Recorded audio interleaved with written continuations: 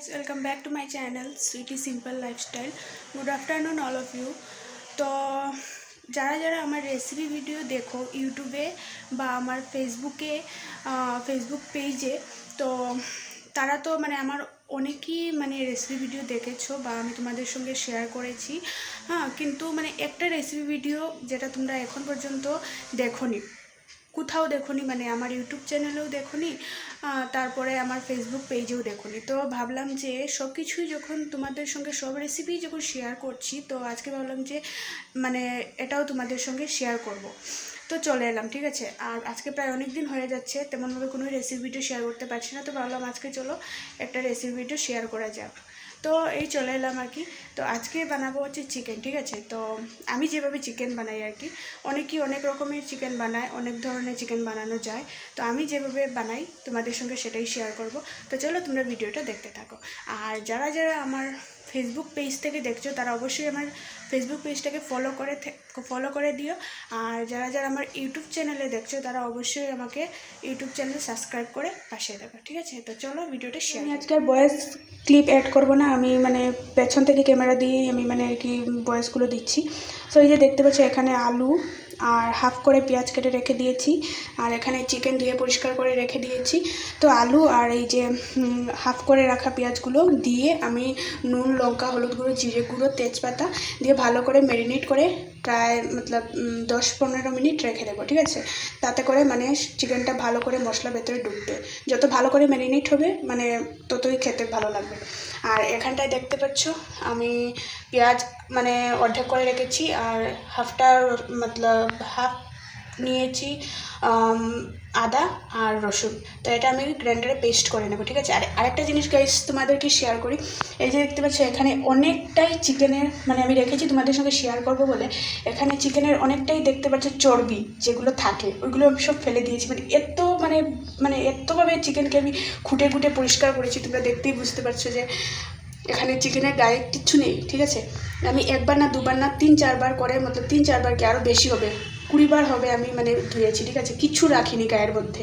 তো এটাই কথা, জানি না আমার মতো কে পাগলামি করে, আমার তো এরকম মানে না করলে আমার মানে চিকেনটা খেতে ভালো লাগে না, আমার কীরকম গিনগিন লাগে আর কি, যার জন্য আমি এরকমই সবসময় পরিষ্কার করি এরকম আমি। তো আজকে তোমাদের সঙ্গে শেয়ার করলাম, তোমরা কারা কারা আমার মতো এরকম করো অবশ্যই কমেন্ট করে জানাবে, ঠিক আছে। তো চলো এখন এটা ম্যারিনেট করে নিই। তো গাইস দেখতে পাচ্ছ এখানে আমি চিকেনটাকে ভালো করে ম্যারিনেট করে নিয়েছি। তো এবার আধ ঘন্টার সময় এটাকে ঢেকে রেখে দেব। তো একই সঙ্গে আমি আদা, রসুন, পেঁয়াজ, কাঁচা লঙ্কা পেস্ট করে নিয়েছি, তোমরা দেখতেই পাচ্ছ। আর দেখে কি মনে হচ্ছে ঝালটা কেমন হবে? ঝালটা কিন্তু অনেকই হয়েছে। তো হে গাইস, চলে এসেছি এখন রান্নার প্রিপারেশন নিতে। 1 2 3 স্টার্ট। তো এই যে দেখতে পাচ্ছ এখন আমি কড়াইটা বসিয়ে দিয়ে কড়াইটাতে তেলও দিয়ে দিয়েছি, কড়াই গরম হয়ে এসেছে। এখন আমি ফ্লেমটাকে লো করে দিয়েছি, যেহেতু আমি পেঁয়াজটাকে মানে একটু হালকা মানে ভাজবো। তো যার জন্য হাই হলে তো আমার সব পেঁয়াজ পুড়ে যাবে, তো যার জন্য আমি লো ফ্লেমে ভাজবো। তো এই যে দেখতে পাচ্ছ এখানে আমি যেগুলো পেস্ট করেছিলাম ওইগুলো সব দিয়ে দিয়েছি। বাবা খুঁটে খুঁটে দেবো, কারণ কি জানো তো, এই যে দেখতে পাচ্ছ আমি চামচ দিয়ে একদম খুঁটে খুঁটে দেবো, একটুও ছাড়বো না, কারণ এই পেস্টটাই হচ্ছে চিকেনের মেন। এই পেস্টটা না ছাড়া চিকেন একদম খাওয়া যাবে না, ঠিক আছে, মানে টেস্ট আসবে না।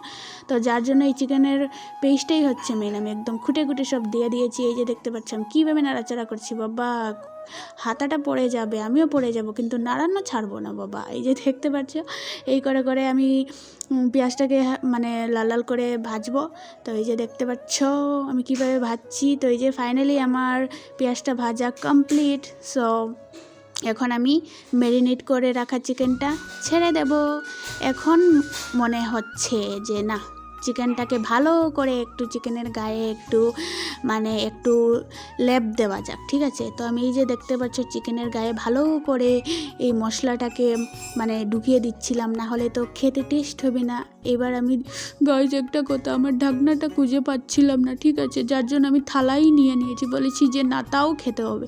তো এই যে দেখতে পাচ্ছ আমি এখন ভালো করে চিকেনটাকে একদম কষা কষাভাবে করব। তো এই যে দেখতে পাচ্ছ ঢাকনাটা দিচ্ছি খুলছি এরকম করে করে চিকেনটাকে ভালো করে কষিয়ে নিতে হবে, তাতে করে তো স্বাদ আসবে, তাই না?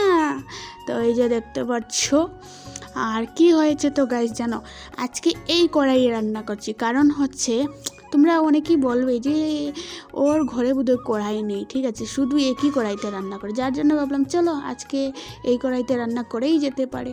তো এই কড়াইতে রান্না করছি। তো এই যে দেখতে পাচ্ছ চিকেনটা কি সুন্দর হচ্ছে, তাই না? এখনও তো কিছু না, মেন হচ্ছে যখন মতলব ঝুলটা দেব, যখন টকবক টকবক করে ফুটবে, যখন ভালো করে কষাবো, তখনই না দেখতে ভালো লাগবে, তাই না? তো এই যে দেখতে পাচ্ছ এখন আমার চিকেন হাফ কষানো হয়ে গেছে। তো এবার আমি টমেটোটাও দিয়ে দিয়েছি, দিয়ে আবার হালকা নাড়াচাড়া করে আবার থালাটা দিয়ে ঢেকে দিচ্ছি। তো হে গাইস, ফাইনালি আমার মাংসটা কষানো কমপ্লিট। তো ভাবলাম যে তোমাদেরকে এক ঝলক ক্যামেরাটার সামনে করে দেখিয়ে দিই। তো দেখতে পাচ্ছ কি সুন্দরই না কষানোটা হয়েছে, মনে হচ্ছে এখনই কড়াই থেকে এক পিস তুলে খেয়ে নিই। তো আমি ভাবলাম যে না, একটু ওয়েট করি, ঠিক আছে। তো এই যে দেখতে পাচ্ছ আমার টমেটোগুলো সিদ্ধ হয়ে এসেছে, আলুটাও পুরোপুরি সিদ্ধ হয়ে এসেছে, আর কি সুন্দর লাগছে না? তোমরা অবশ্যই কমেন্ট করে বলবে কেমন লাগছে, ঠিক আছে। তোমাদের কি কার কার জিভে জল এসছে, কষা মাংস খেতে কার কার ভালো লাগবে, এটাও বলবে কিন্তু। তো এই যে দেখতে পাচ্ছ এই পাশে আমি এখন জলটা ফুটে এসেছে, গরম জলটা। তো এবার আমি এটা দিয়ে দেব। এখন কিন্তু গাইস অরিজিনাল কালারটা আসবে না, কারণ হচ্ছে এখন যত সময় না এটা টকবক করে ফুটবে, ততক্ষণ এটা অরিজিনাল কালার আসবে না। এখন থেকে মনে হচ্ছে খাওয়া যাবে না, কিন্তু যখনই টকবক করে ফুটবে, জাল উঠে আসবে, তখনই না অরিজিনাল স্বাদ আসবে। তো এই যে দেখতে পাচ্ছ আমি ভালো করে এটাকে মানে সাইড থেকে সব গ্রেভিগুলো দিয়ে দিচ্ছিলাম। তো এবার আমি ঢাকনাটা দিয়ে দেব, দিয়ে মানে 2-3 মিনিট রাখবো। রাখার পর ঢাকনাটা খুলে তোমাদেরকে দেখাবো ছিমচামছুম, দেখতে পাচ্ছ তো? তো এই যে দেখো কি সুন্দরই না কালারটা এসেছে, ঠিক আছে। তো আরও এটা প্রায় আধ ঘন্টা আমি এটাকে মানে ভালো করে জাল উঠাবো, ঠিক আছে। তো এই যে দেখতে পাচ্ছ কি সুন্দর হয়ে এসেছে। আর একটা কথা কি জানো তো গাইস, অনেকেই আছে আলু মানে পুরো আস্ত রেখে দেয়। তো আমি কি করব জানো, আমি 2-3টে আলু মানে গুঁড়ো করে দেবো, তাতে করে কি হয় মানে গ্রেভিটা মানে গাঢ় হয়, ভালো লাগে, ঠিক আছে। তো তোমরা কারা কারা আলু মানে একটু মানে তোমরা একটু ম্যাশ করে দাও, অবশ্যই আমাকে কমেন্ট করে জানাবে। তো ঠিক আছে, এই যে আমি গরম মশলাটাও দিয়ে দিয়েছি। এইবার আমি দেখতে পাচ্ছ তরকারিটা কি সুন্দর হয়েছে, পুরো গাঢ়। কার কার জিভে জল আসছে কমেন্ট করে বলবে, ঠিক আছে। আর আজকের ভিডিওটা কেমন লাগলো অবশ্যই কমেন্ট করে জানাবে। তো চলো টাটা।